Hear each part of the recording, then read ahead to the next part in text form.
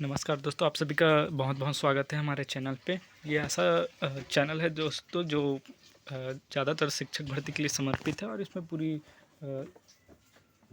Computer से related और सभी पूरे सिलेबस के अकॉर्डिंग ही इसमें वीडियो अपलोड किए जाएंगे दोस्तों। तो आज फर्स्ट क्लास लेके चल रहे हैं, ये सिर्फ अभी थ्योरी क्लास है और कल से हम थ्योरी प्लस एमसीक्यू क्वेश्चन देखेंगे दोस्तों। तो इस चैनल पे नए होंगे तो बिल्कुल सब्सक्राइब करिए और हम इस पूरा जो सिलेबस के अकॉर्डिंग है इसमें पढ़ाई करेंगे दोस्तों। तो आज हम सबसे पहले आज स्टार्ट कर रहे हैं कंप्यूटर से ही। तो कंप्यूटर का आज डेफिनेशन देखेंगे और सामान्य परिचय इसका देखेंगे। तो सबसे पहले सामान्य परिचय टॉपिक लेके चलते हैं दोस्तों, ठीक है। तो सामान्यतः देखते हैं कि कंप्यूटर होता क्या चीज़ है। तो कंप्यूटर जो है ना, पहला ये लेके चलते हैं कंप्यूटर सामान्य परिचय। कंप्यूटर जो है एक इलेक्ट्रॉनिक डिवाइस है जो यूज़र द्वारा जो है इनपुट आदेशों का जो है इनपुट लेते हैं और उसका प्रोसेसिंग करके जो है जानकारी प्रदान करते हैं। ये हुआ इनका कार्य और इनकी डेफिनेशन, है ना। अब देखते हैं हम कंप्यूटर की विशेषता। तो कंप्यूटर में क्या क्या विशेषता होती है। सबसे पहली तो गति होती है, बहुत फास्टेस्ट काम करते हैं ना, मिनटों सेकंडों में काम करती है, बहुत ही फास्ट रहती है। और इसके अकॉर्डिंग अलग अलग कंप्यूटर भी होते हैं गति के अनुसार, ठीक है। तो सबसे पहले तो हो गया गति। दूसरा होता है इसमें स्टोरेज, है ना, स्टोरेज। इसमें कुछ भी जो जानकारी है उसको हम स्टोर रख सकते हैं, भंडारण करके रख सकते हैं। और उसके बाद है पुनरावृत्ति। अगर एक बार स्टोर कर दिए तो बार बार उसको देख सकते हैं ना। जल्दी निर्णय लेने की क्षमता, एकदम फास्ट होती है निर्णय लेने की क्षमता। अगर हम कुछ ढूंढे या फिर इसमें स्टोर करें, बहुत सारे स्टोर कर सकते हैं, बहुत फास्ट होते हैं। फिर उसके बाद होता है गोपनीयता, मतलब इसमें कोई भी बात हम ऐसे है जिसको किसी और से शेयर नहीं कर सकते, इसको हम मतलब गुप्त रख सकते हैं। गोपनीय मतलब सेक्रेसी, मतलब इसको स्टोर करके रख सकते हैं और किसी से जो है ना, समझ रहे हैं कि अगर एक बार डाल दिए तो अगर उसमें पासवर्ड इस प्रकार से उसमें बहुत सारी फंक्शन होती है जिसके द्वारा वो किसी और से शेयर नहीं करती, आप उसको एक गोपनीयता के रूप में जो है स्टोर कर सकते हैं, ठीक है। ये तो हो गया सामान्य इनकी विशेषता। अब देखते हैं कंप्यूटर के उपयोग, कहाँ कहाँ इनके कंप्यूटर के उपयोग होते हैं।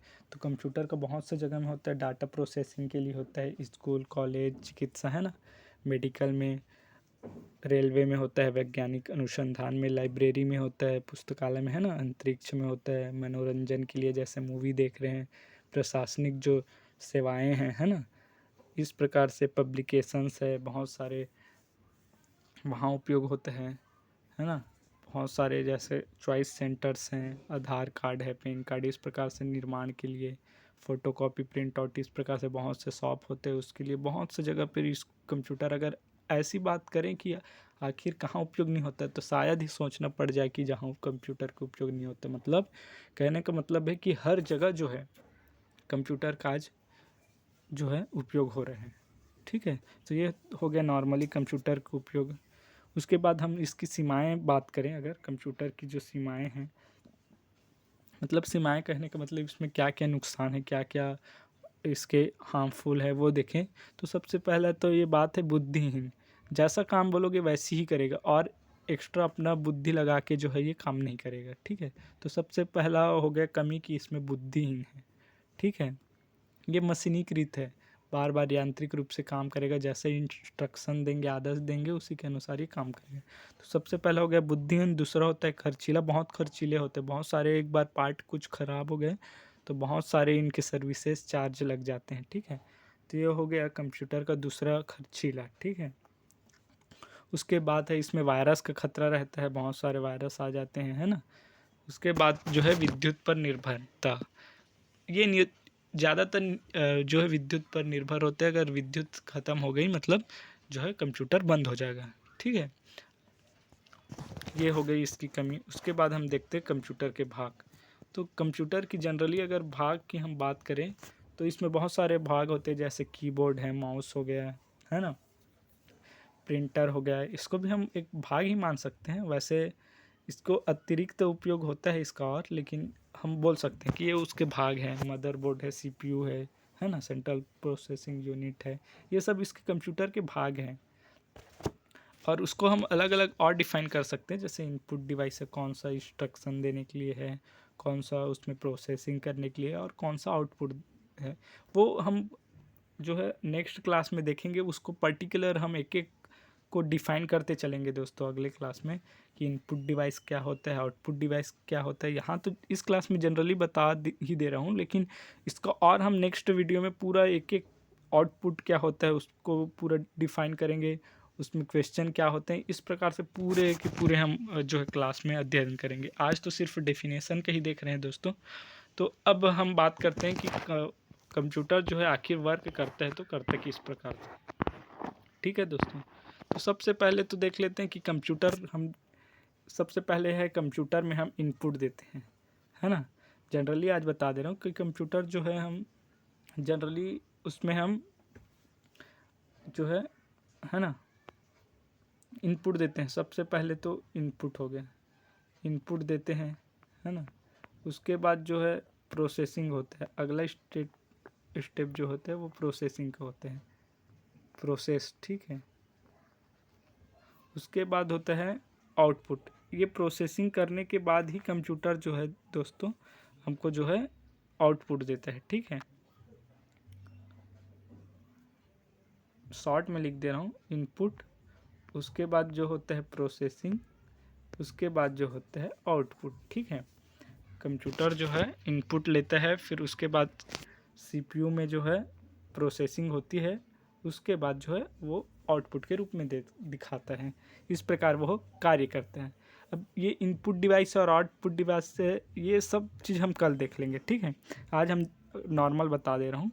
फिर उसके बाद इसमें अगर भाग है, जैसे सीपीयू का बताया, तो सीपीयू में कौन कौन से भाग हैं वो भी आज बता दे रहा हूँ। सीपीयू है, सेंट्रल प्रोसेसिंग यूनिट बोलते हैं इसका फुल फॉर्म, ठीक है।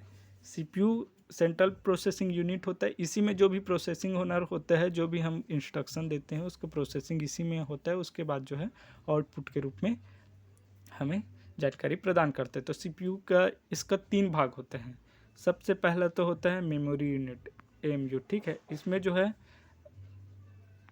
पहला एएमयू होता है, जिसमें इसमें स्टोर कर सकते हैं जो भी जानकारी है, उसको स्टोर करने का होता है मेमोरी यूनिट में। उसके बाद दूसरा होता है कंट्रोल यूनिट, सीयू, ठीक है।